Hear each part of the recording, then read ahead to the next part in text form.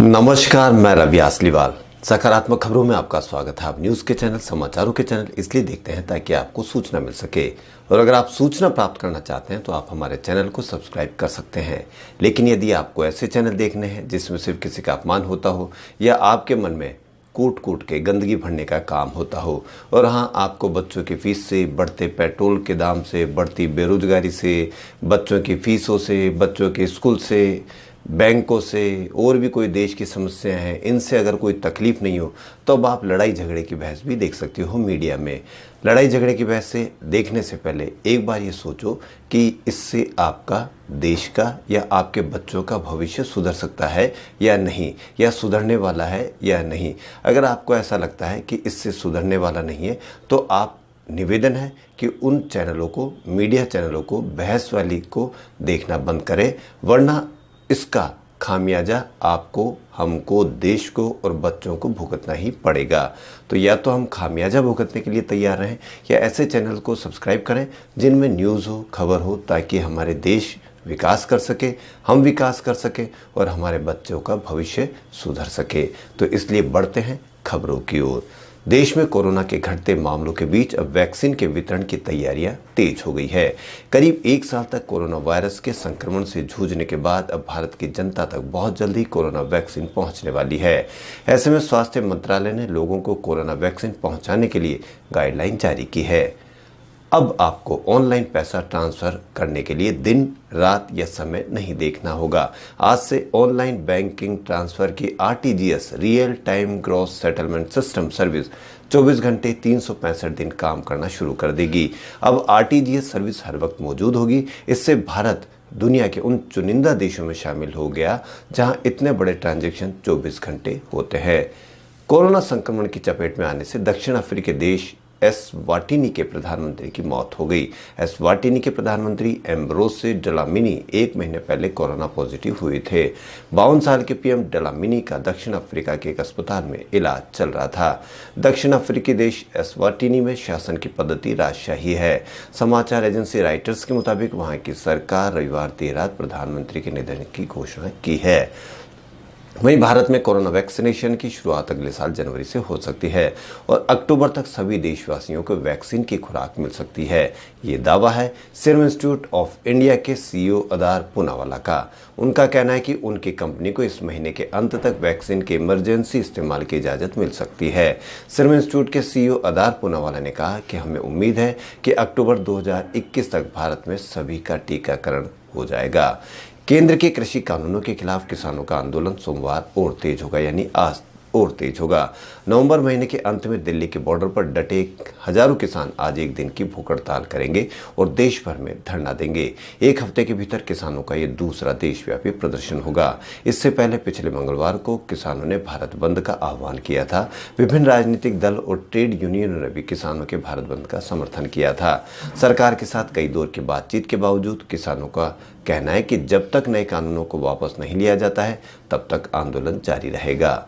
वहीं फेसबुक की सुरक्षा टीम द्वारा संभावित खतरनाक संगठन के रूप में टैग किए जाने के बावजूद पूरे भारत में अल्पसंख्यकों के खिलाफ हिंसा का समर्थन करने वाले संगठन बजरंग दल को राजनीतिक और सुरक्षा कारणों से इस सोशल नेटवर्क पर बने रहने की इजाज़त दी गई है। द वॉल स्ट्रीट जर्नल ने रविवार को ये रिपोर्ट प्रकाशित की है। अखबार ने लिखा है कि सत्तारूढ़ बीजेपी के साथ संबंधों के कारण फेसबुक दक्षिणपंथी समूह के खिलाफ कार्रवाई करने में डरता है, क्योंकि बजरंग दल पर नकेल कसने से भारत में कंपनी की व्यावसायिक संभावना और उसके कर्मचारियों दोनों को खतरा हो सकता है। अखबार ने इस बारे में इस साल पहले प्रकाशित उसकी एक रिपोर्ट का हवाला दिया है।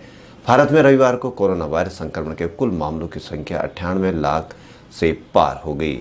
स्वास्थ्य मंत्रालय के अनुसार देश में रविवार को समाप्त 24 घंटों में 30,254 नए मामले सामने आए। इसके बाद कुल संक्रमितों की संख्या 98 लाख के पार हो चुकी। वहीं इसी दौरान 391 लोगों की मौत भी हुई है। वहीं अब तक 1,43,000 से अधिक लोगों की मौत हो चुकी है। ठीक होने वाले मरीजों की संख्या भी 93 लाख के पार हो चुकी है। इस प्रकार राष्ट्रीय दर ठीक होने वाले की 94.93% हो गई है और मरने वालों की दर 1.45% है। केंद्र सरकार द्वारा लाए गए नए कृषि कानूनों के खिलाफ प्रदर्शन कर रहे किसानों ने रविवार को जामिया मिलिया इस्लामिया विश्वविद्यालय के छात्रों के एक समूह को यूपी गेट गाजीपुर सीमा पर अपने प्रदर्शन में शामिल होने से रोक दिया। पुलिस ने ये जानकारी दी है। उन्होंने कहा कि लड़कियों समेत 6 छात्रों का समूह गीत गाता हुआ डफली बजाता हुआ किसानों को समर्थन देने आया था। केंद्र के नए कृषि कानूनों के खिलाफ किसानों के आंदोलन के बीच आरएसएस से संबद्ध संगठन स्वदेशी जागरण मंच ने खामियों को दूर करने के लिए कानूनों में कुछ संशोधन करने का रविवार को सुझाव दिया और जोर देकर कहा कि सरकार इन कानूनों को नेक नियत से लाई है। एसजेएम द्वारा पारित एक प्रस्ताव के मुताबिक किसानों को न्यूनतम समर्थन मूल्य की गारंटी दी जानी चाहिए तथा एमएसपी से नीचे खरीद को गैर कानूनी घोषित करना चाहिए। एक मंदिर के जीर्णोद्धार के दौरान ग्रामीणों को प्राचीन सोना मिला, जिसे अधिकारियों ने जब्त कर लिया और रविवार को सरकारी खजाने में जमा करा दिया। हालांकि स्थानीय लोगों ने इसका विरोध किया। ये जानकारी अधिकारियों ने दी। उतिरा मेरूर में ग्रामीण खुद ही भगवान शिव के मंदिर के जीर्णोद्धार में लगे हुए थे, जिस दौरान करीब आधे किलोग्राम वजन का सोने का सामान गर्भगृह की ओर जाने वाली सीढ़ियों के नीचे मिला। वहीं उच्चतम न्यायालय ने एक मामले में अदालत का समय बर्बाद करने के लिए उत्तर प्रदेश की सरकार पर 15,000 रुपए का जुर्माना लगाया है, जिसमें राज्य ने 500 दिनों के विलंब के बाद शीर्ष अदालत में एक अपील दायर की थी। अपील दायर करने में विलंब पर गौर करते हुए यह जुर्माना लगाया गया है। केंद्र के 3 नए कृषि कानूनों के खिलाफ किसानों के अपना प्रदर्शन तेज करने के बीच केंद्रीय मंत्री कैलाश चौधरी ने रविवार को कहा कि सरकार जल्द ही एक तारीख तय कर किसान संघ के नेताओं से अगले दौर की वार्ता के लिए बुलाएगी। केंद्र सरकार और 40 किसान संघ के प्रतिनिधियों के बीच पहले हुई 5 दौर की वार्ता बेनतीजा रही थी। विदेश मंत्री एस जयशंकर ने रविवार को भारतीय तरक्की से जुड़ी चुनौतियों की तरफ इशारा किया। उन्होंने कहा कि भारत की तरक्की से अपनी तरह की प्रतिक्रिया और जवाब पैदा होंगे, साथ ही देश के प्रभाव को कम करने और उसके हित को सीमित करने के प्रयास भी किए जाएंगे। वहीं नोटों का सर्कुलेशन बढ़ने के मद्देनजर भारतीय रिजर्व बैंक ने फैसला किया है कि वह जयपुर में एक स्वचालित बैंक नोट प्रसंस्करण केंद्र खोलेगा। इस केंद्र से नोटों की प्राप्ति, भंडारण व प्रेषण का काम किया जाएगा। इसी प्रकार दुनिया भर में कोरोना का कहर जारी है। करोड़ों लोग संक्रमित हो गए, लाखों की मौत हो गई है। वहीं इस महामारी के चलते लाखों लोग बेरोजगार हो गए। रोज कमाने खाने वालों का भी कोरोना संकट में भूखे रहने की नौबत आ गई। ऐसे में जरूरतमंदों को बिना किसी रुकावट के राशन मुहैया कराना भी अपने आप में एक बड़ी चुनौती रही है। केंद्र सरकार ने हाल ही में राशन कार्ड से संबंधित कई नियमों में बदलाव किए हैं, जिनके अनुसार 3 महीने तक राशन नहीं लेने पर राशन कार्ड निरस्त किया जा सकता है। किसानों के आंदोलन के बीच सरकार ने अन्नदाता के साथ अपने रिश्तों को लोगों तक पहुंचाने के लिए आईआरसीटीसी की भी मदद ली है। आईआरसीटीसी ने इसके लिए 47 पन्नों का एक अटैचमेंट ईमेल के जरिए बड़ी संख्या में लोगों तक पहुंचाया है। इस मेल में पीएम मोदी और उनकी सरकार के सिखों के साथ खास रिश्ते की बात कही गई है। कोरोना वायरस महामारी के कारण रेलवे कम ही ट्रेनों का संचालन कर रहा है। वहीं अब रेल यातायात पर कोहरे की मार भी पड़ने लगी है।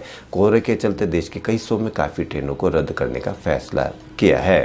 हरियाणा सरकार में मंत्री अनिल विज को रविवार को रोहतक के पीजीआईएमएस अस्पताल में भर्ती कराया गया है। उत्तरी पर्वतीय इलाकों में पश्चिमी विक्षोभ की सक्रियता की वजह से हो रही बर्फबारी का असर अब मैदानी इलाकों में भी दिखने लगा है। इससे मैदानी इलाकों में तापमान में गिरावट दर्ज की गई है और ठंड बढ़ गई है। कोरोना संक्रमण के मरीजों की संख्या में निरंतर कमी आ रही है। इसी बीच राजस्थान प्रशासन ने वैक्सीनेशन का ब्लूप्रिंट तैयार कर लिया है। पहले 2 चरणों में कोरोना वॉरियर्स, दूसरे चरण में पुलिस प्रशासन और अफसर कार्मिक को वैक्सीन उपलब्ध होगी। राजस्थान के 7 जिलों में 48 घंटे घने कोहरे छाने का आसार है। ऐसे में सड़क पर निकलते समय ज़्यादा समय और सतर्कता और सावधानी बरतें। खबरों में फिलहाल इतना ही। यदि आपको हमारा चैनल पसंद आए तो लाइक, सब्सक्राइब और शेयर अवश्य करें। धन्यवाद।